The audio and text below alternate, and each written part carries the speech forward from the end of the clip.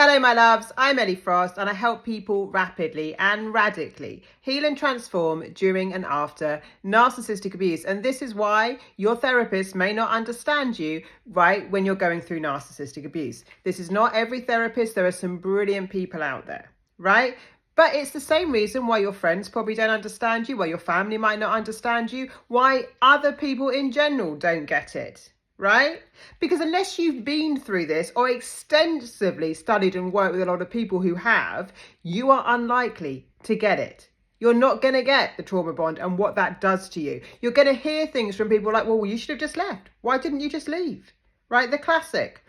So look, the most successful recovery programs on the planet, things like AA, why do they work? Because people who have been through stuff lead other people most effectively through the same stuff they've had to overcome. If you can work with someone who has led themselves through what you're going through, that person is likely to have more empathy, understanding, and strategies for you than someone who doesn't really get it. Now, there are brilliant therapists out there that do get it, right? But if you're feeling misunderstood, right?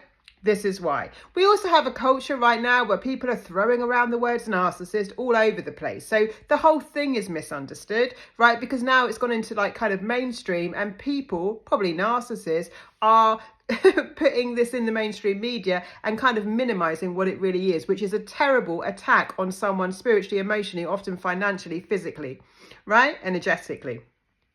So it is very difficult for someone who is not an addict to understand what the addict goes through. It is very, like, comparing it. It is very difficult for someone who's not been through narcissistic abuse to understand why you are even there, right? And why it bothers you so much and the kind of torture that you are under.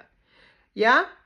So this is why. This is not because you have a problem that cannot be healed. I want you to know that. This is not because you have something so unique, right, that you can't be fixed in any way over this. This is not because you're so broken, and this is not because you're in the wrong. Another dangerous thing that some therapists who are uninformed say are like, well, how are you accountable for this? Right? Unfortunately, I've heard that from clients several times where therapists have said to them, well, what's your part in this? Not understanding the nature of this abuse. Find the resources and the people that get it. Lots of love. I'll speak to you soon.